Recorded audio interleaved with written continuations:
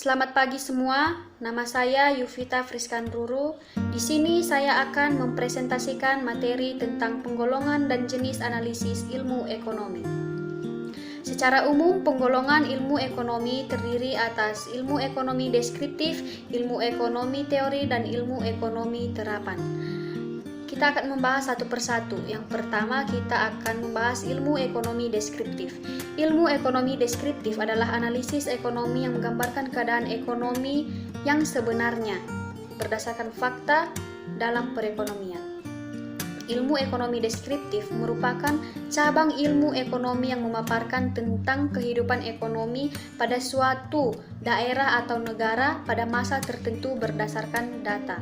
Contoh ilmu ekonomi deskriptif adalah krisis moneter di Indonesia yang terjadi pada tahun 1998. Yang kedua adalah ilmu ekonomi teori.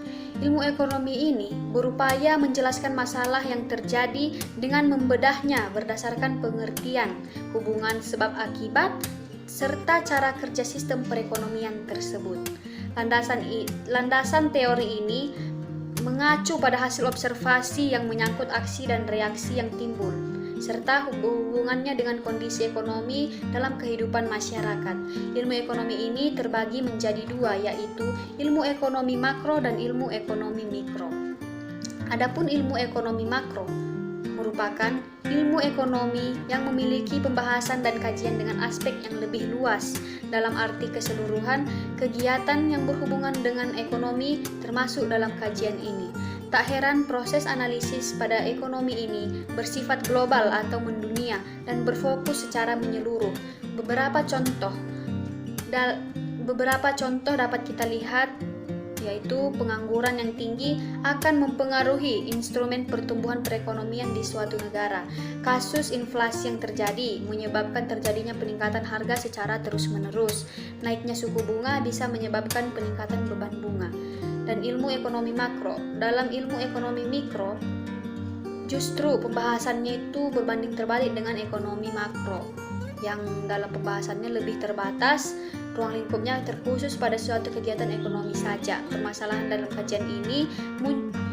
kajian yang muncul pada ekonomi mikro, contohnya harga dasar dan harga tertinggi perlu ditetapkan demi menjaga keseimbangan antara permintaan dan penawaran.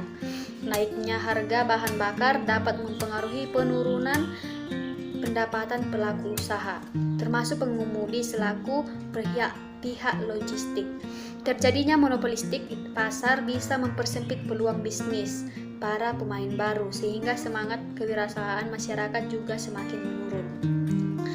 Saluran dan bantuan distribusi yang panjang berpengaruh pada tingginya harga barang saat sampai ke tangan konsumen. Dan yang ketiga, ilmu ekonomi terapan.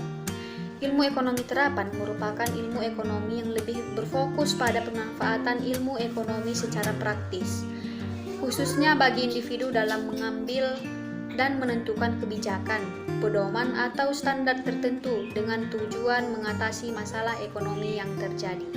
Ilmu ekonomi ini bermanfaat untuk menyelesaikan masalah ekonomi dengan mempraktikkan segala sesuatu yang telah dikumpulkan dan disimpulkan dari hasil ekonomi deskriptif dan teori makro dan mikro. Dengan menggunakan kesimpulan-kesimpulan dari dua teori tersebut, maka penerapan atau suatu penyelesaian suatu masalah ekonomi yang terjadi bisa diimplementasikan dalam kehidupan masyarakat secara nyata.